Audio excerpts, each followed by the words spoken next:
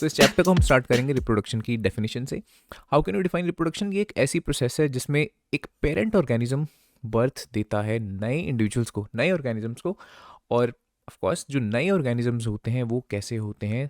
Biologically similar to the parent organism, right? For example this woman can give birth to, sorry, this is not the right picture, this is the right picture, of course.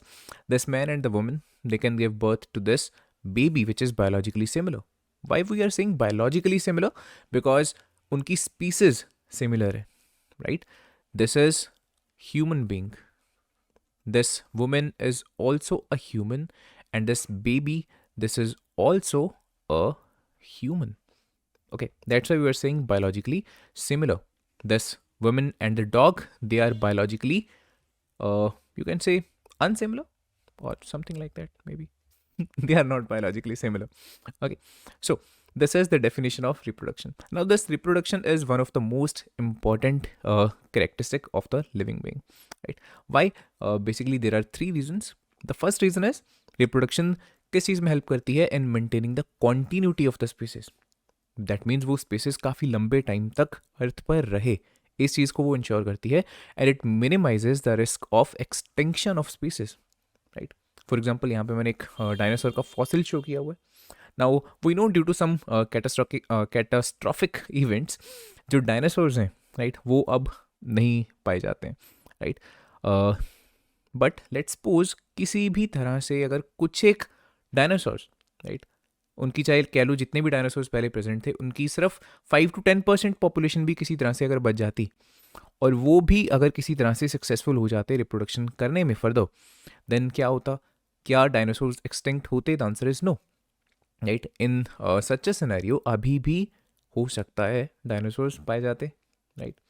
That means अगर कोई species continuously reproduction कर सकती है, right, तब उसको extinct होने का खतरा उतना ही कम रहेगा. लेकिन due to some reason, let's say अगर कोई पर्टिकुलर स्पीसीज रिप्रोडक्शन करना बंद कर देती है, पूरी की पूरी स्पीसीज की यहाँ पे बात हो रही है, इन सच अ सिनेरियो वो वाली जो स्पीसीज रहेगी वो बहुत जल्द क्या हो जाएगी? एक्सटिंक्ट हो जाएगी, इजंट इट?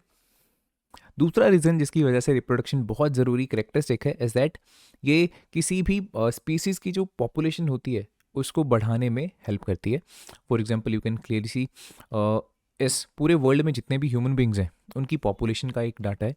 एंड 1960 में जहाँ पे वर्ल्ड की पॉपुलेशन ऑलमोस्ट 3 बिलियन थी, 2020 में वो बढ़ के almost you can see 7.5 billion के आसपास बढ़ चुकी है, या 7.5 बिलियन को क्रॉस कर चुकी है, right? So of course the population of the world is on a rise, right? So this is the second point. And the third point जो रिप्रोडक्शन का प्रोसेस है, it brings about variation in a species. अब इस variation को समझते हैं, देखते हैं. अब देखो, अगर तो मैं आपको एक्सप्लेन करता हूँ अलग अलग स्पीसीज की बात, right? Let's say human being को कंसिडर कर लेते हैं और डॉग को कंसिडर कर लेते हैं. Of course they are very very dissimilar. दोनों में कोई सिमिलैरिटीज़ बहुत ज़्यादा नहीं पाई जाएंगी, right? Because they are not the same species. उन दोनों में डिफरेंसेस होना ऑफ कोर्स कंपल्सरी है. बट क्या हो अगर हम सिंगल ही स्पीसीज में अलग अलग ऑर्गेनिजम्स की बात करें? फॉर एग्जाम्पल हम डॉग स्पीसीज की बात कर लेते हैं. क्या डॉग स्पीसीज में ही सभी तरह के जो डॉग्स हैं वो एग्जैक्टली सिमिलर होते हैं? The answer is no. Of course there are different breeds of dogs, right? Similarly अगर ह्यूमंस में बात करेंगे, क्या सभी ह्यूमंस सिमिलर होते हैं? No. There are different breeds of human as well, by the way देखा जाए तो. बट चलो उसकी बात नहीं करते.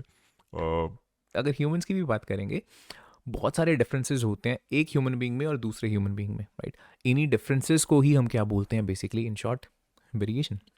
अब देखो, वेरिएशन को हम इस तरह से भी कंसिडर कर सकते हैं. जैसे बोला जाता है according to the Darwin's theory of evolution, जो ह्यूमन बीइंग है it has evolve from apes, right, as shown in the picture.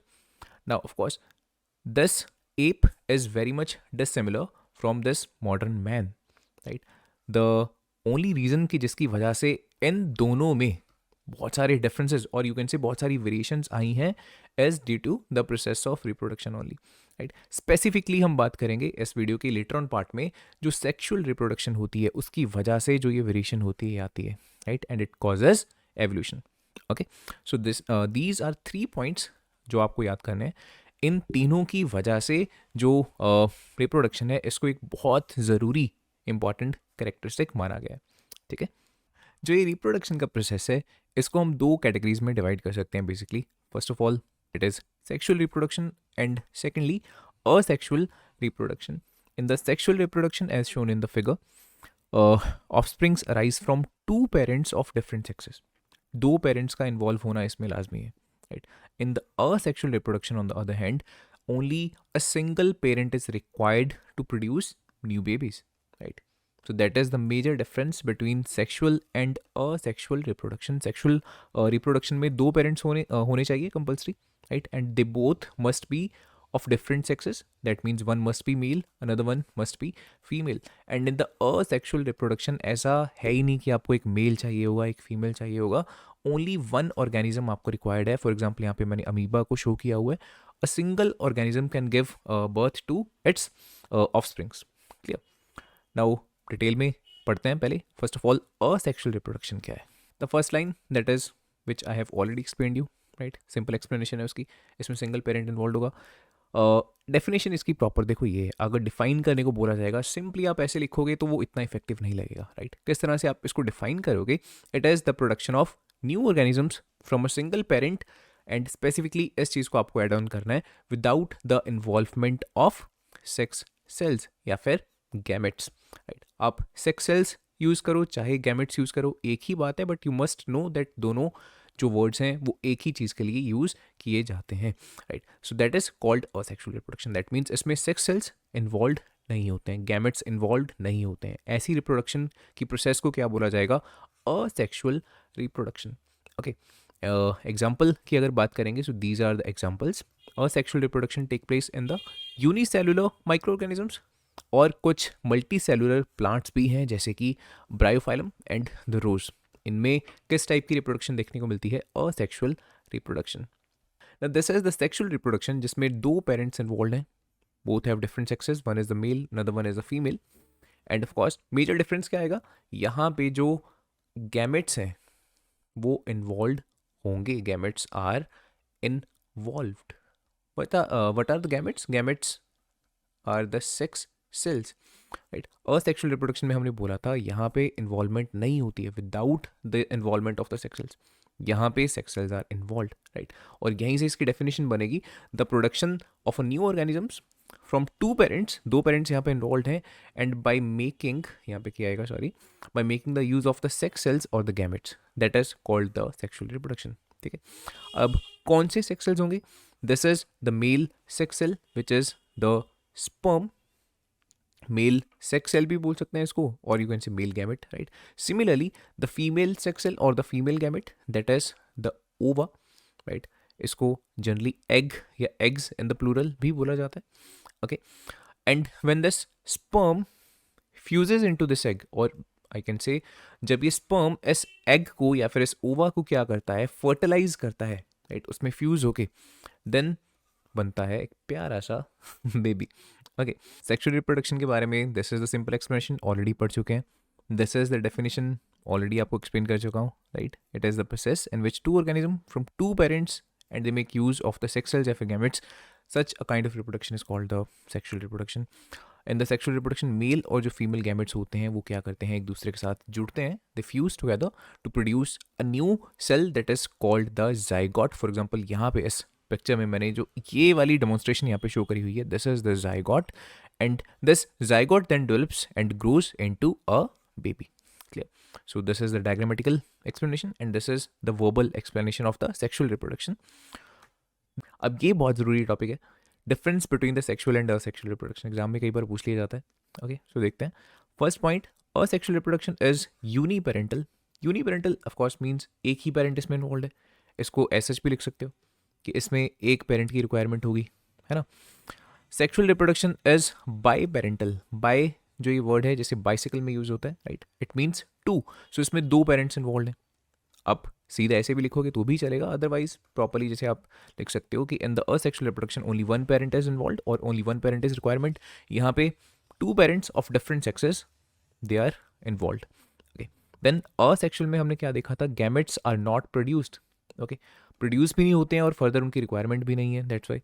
ठीक है. लेकिन इसमें gametes are produced by the organism जैसे कि स्पर्म एंड द ओवा. ठीक है. The third point offsprings are genetically identical to the parent organism. Asexual reproduction में that means variation बहुत कम देखने को मिलती है, नेग्लिजिबल, राइट। ऑलमोस्ट जिस तरह का जो पेरेंट ऑर्गेनिज्म है वैसा ही आपको जो डॉटर सेल होगा, जो डॉटर ऑर्गेनिज्म होगा, जो नया ऑफस्प्रिंग पैदा हुआ है, वो भी उसी तरह का होगा। लेकिन इन द सेक्सुअल रिप्रोडक्शन ऐसा नहीं होगा, राइट। यहाँ बहुत ज़्यादा वेरिएशन आपको देखने को मिलती है। There is genetic variation, that means धीरे धीरे धीरे धीरे अगर एक स्पीसीज की हम बात कर लेते हैं, कोई भी पर्टिकुलर स्पीसीज को उठा लो, राइट, उसकी अगली जो जनरेशन होगी, देन फर्दर उसकी जो अगली जनरेशन होगी, उससे भी अगली जनरेशन होगी, ऐसे विद सम टाइम, राइट, बहुत सारी आपको जेनेटिक वेरिएशन देखने को उसमें मिलेगी। Then the fourth point is this process is quick, asexual reproduction is very quick, right. Sexual reproduction is very slow. अगर जैसे ह्यूमन बींग्स की ही हम बात करते हैं, right, when the baby is in the womb 9 months उसको लगते हैं, right, to actually come out of the womb, है ना। सो जो ये 9 month का प्रोसेस है ये बहुत क्विक तो नहीं है। दैट मीन्स ह्यूमन्स की अगर केस में हम बात करेंगे, जो ये रिप्रोडक्शन का टाइम पीरियड है, this is very huge, 9 months, okay. लेकिन अगर असेक्सुअल रिप्रोडक्शन की हम बात करते हैं, जैसे एक अमीबा, राइट, और लेट्स से अ पैरामीशियम, वो तो बहुत ही जल्द रिप्रोड्यूस करते हैं। सो उनके केस में जो प्रोसेस है बहुत क्विक होता है।